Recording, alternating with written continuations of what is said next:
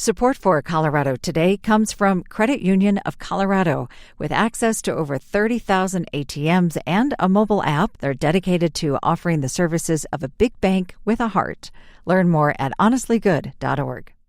Support for Colorado Today comes from Safeway, ringing in the new year with everything for a big celebration, from fresh flowers to party platters to sweet treats and balloons. Let Safeway do the shopping with delivery or free curbside pickup using the Safeway app.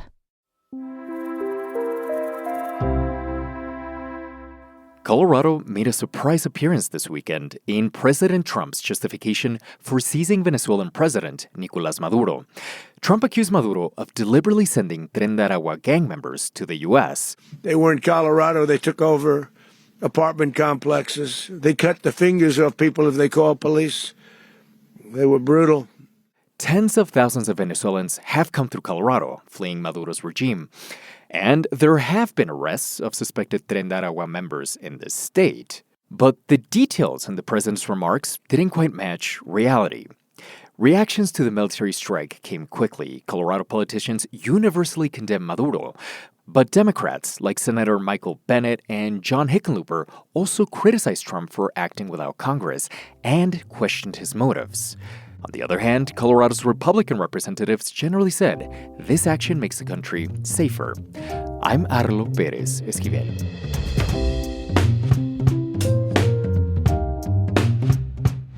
Coming up, mountain lion attacks are extremely rare in Colorado, but they do happen, especially around this time of year. They are following their main prey source, as deer and elk spend their winter at lower elevations. We hear about that and other news you may have missed over the holidays.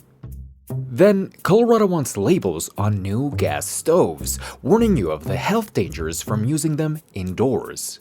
They can make whatever decision they want, to purchase one, to not purchase one, but we just want them to have the information. But now, that law has been blocked by a judge.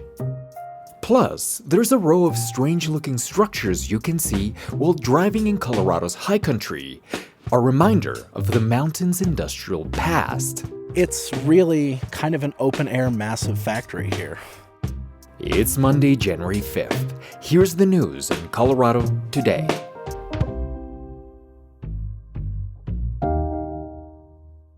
It's the first full week of 2026, and maybe you're just now getting back into your daily routine, which if that's the case, thank you for including us. We're going to start out by getting you caught up on news you may have missed from around the state. First, investigators with Colorado Parks and Wildlife, or CPW, are still looking into a potential fatal mountain lion attack in Larimer County. A group of hikers discovered a woman's body along the Crozier Mountain Trail near Estes Park on Thursday. As the group approached, they noticed something unusual, a mountain lion hovering nearby. The hikers threw rocks at the cat to scare it away. Mountain lion attacks are extremely rare in Colorado. We've had less than 30 attacks since 1990, and even fewer that kill people. The last fatal attack was in 1999. But Kara Van Hoos, a spokesperson with CPW, said the Front Range is prime mountain lion habitat and that they get most of their calls around this time of year. They are following their main prey source, that's deer and elk herds, down from higher elevations to lower elevations as deer and elk spend their winter at lower elevations. CPW has tracked and euthanized multiple mountain lions near the site and is testing them to see if they were involved. Colorado has about 4,000 mountain lions, and while Van Hoos says it's unusual to see one out when you're hiking, they don't really want anything to do with humans. They aren't interested in what we're doing, and they're not necessarily curious in finding out more about us. CPW recommends keeping your dogs and kids close by when you're out on the trail. President Trump has vetoed a bill to help small communities in southern Colorado finally access clean drinking water. Right now, the population in that area is about 38,000, but the pipeline is a 50-year project, and the build-out population is projected to be 50,000. That's the voice of Chris Woodka, a manager with the Southern Colorado Water Conservancy District. The Arkansas Valley Conduit Project has been in development since the 1960s, so that people there won't have to rely on groundwater tainted with salt, heavy metals, and other carcinogens like radon and uranium. The bill Trump vetoed would have made it easier for local governments to pay for their share of the pipeline. It passed Congress without opposition, but the president labeled it as an expensive and unreliable policy. The pipeline veto is Trump's latest confrontation with Colorado, and in this case, it hurts a red part of the state and its Republican Congresswoman, Lauren Boebert. Boebert questioned the president's motive, saying, quote, "I sincerely hope this veto has nothing to do with political retaliation for calling out corruption and demanding accountability." Boebert helped ensure a vote on releasing the Epstein files. Meanwhile, Colorado Democrats called the vote a revenge tour on social media. In one of its final acts of 2025, the Department of Energy said an aging coal plant in western Colorado must stay open just one day before it was set to close. Energy Secretary Chris Wright invoked the Federal Power Act to keep part of the Craig Power Plant in Moffat County open through this March. The plant has been offline since mid-December when it suffered a malfunction. In a statement, Governor Polis said, quote, "Ludicrously, the coal plant isn't even operational right now, meaning repairs to the tune of millions of dollars just to get it running, all on the backs of rural Colorado ratepayers." Colorado environmental groups have sued the Trump administration over other emergency orders to keep coal plants open.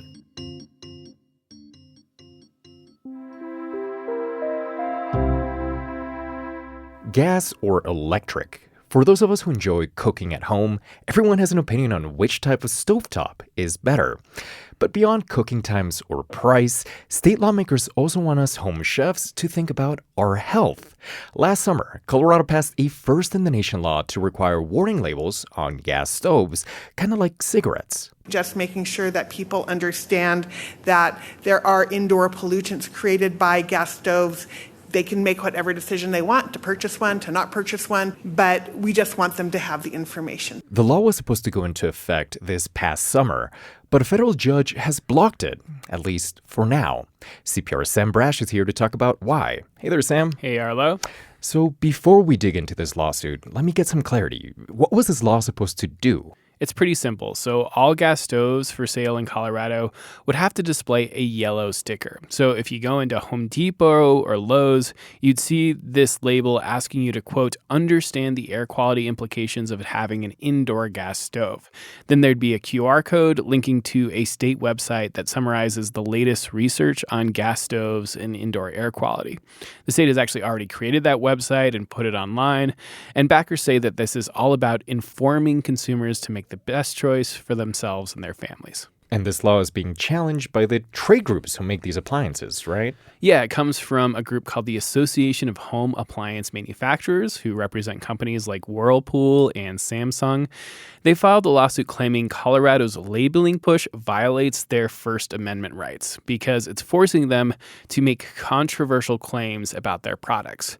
The state website, for example, says breathing pollution associated with gas stoves can trigger asthma attacks and increase the risk of heart disease, certain cancers, even weaken your immune system. The stove makers are saying, look, that is not established scientific fact. Researchers have not conclusively proven that gas stoves cause or contribute to those health issues. Which conclusively proving anything in science is really difficult. It is. But it kind of sounds like the judge in this case agrees with them, right? Yeah, but it's important to be careful here. The legal question is whether or not the science behind the warning is controversial.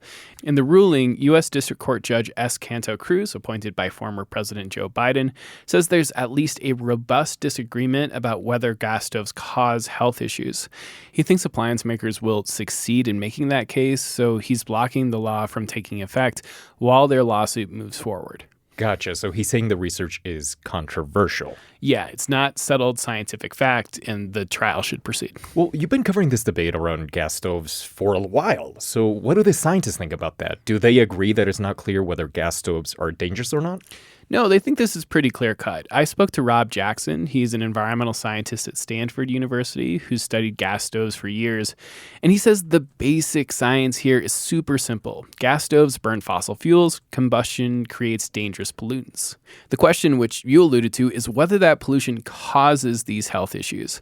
An expert witness hired by the stove makers says that's unclear based on the current research. Scientists haven't proven gas stoves leads to different health problems.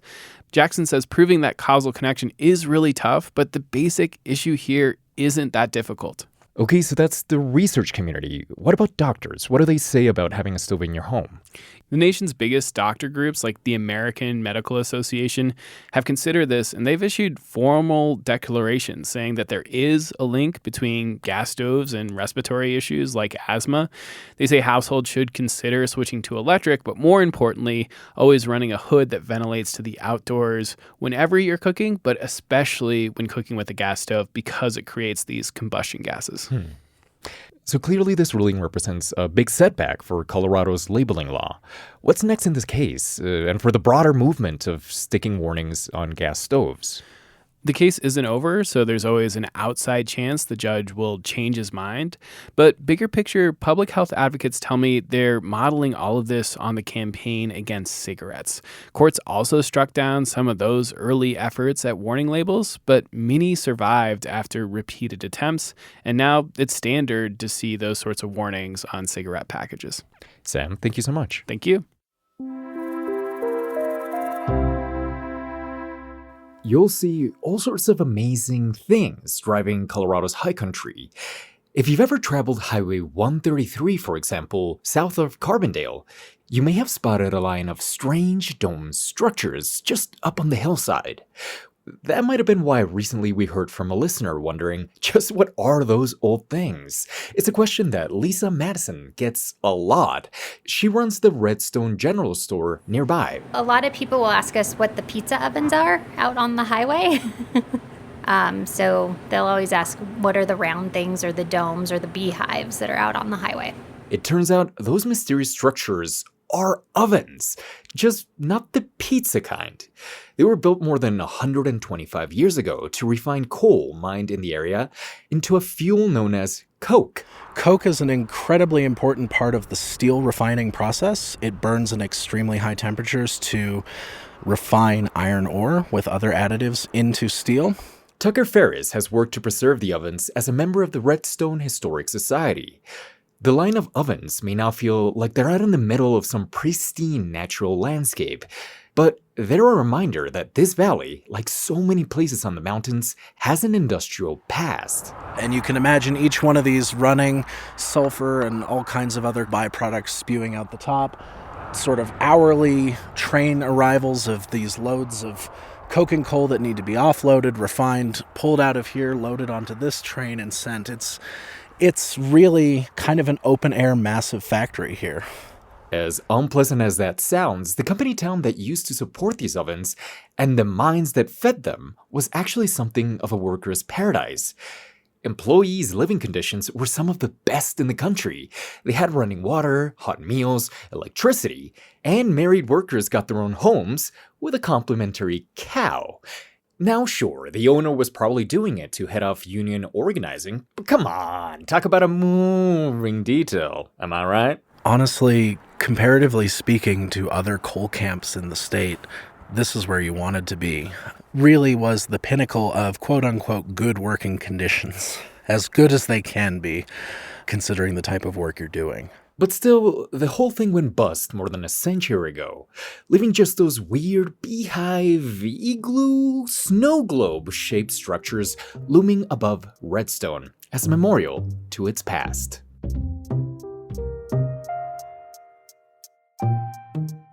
Reporting for today's show came from CPR's Stina Sieg, Tony Gorman, Allison Sherry, and Caitlin Kim. Follow Colorado Today in your podcast app. I'm Arlo Perez Esquivel. This is CPR News.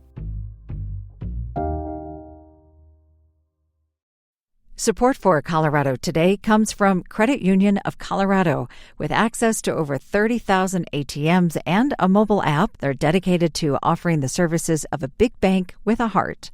Learn more at honestlygood.org. Support for Colorado Today comes from Safeway, ringing in the new year with everything for a big celebration, from fresh flowers to party platters to sweet treats and balloons. Let Safeway do the shopping with delivery or free curbside pickup using the Safeway app.